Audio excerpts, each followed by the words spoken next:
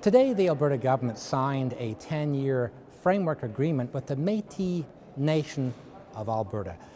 That nation has about 33,000 members. Now, the agreement isn't worth a lot of money. About $1.5 million a year will be given to the nation by the province each year for the next 10 years. And this agreement has wording or intentions such as further clarifying and strengthening the nation-to-nation relationship.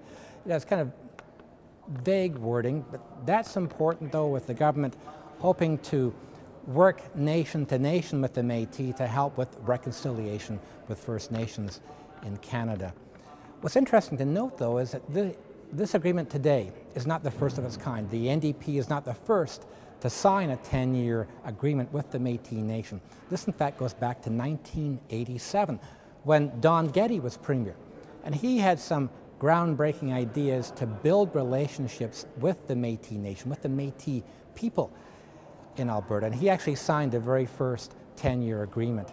And those agreements were actually then re-signed by progressive conservative premiers over the years, and today the NDP is taking over. Now, the NDP is saying its agreement is more far-ranging, it's stronger wording.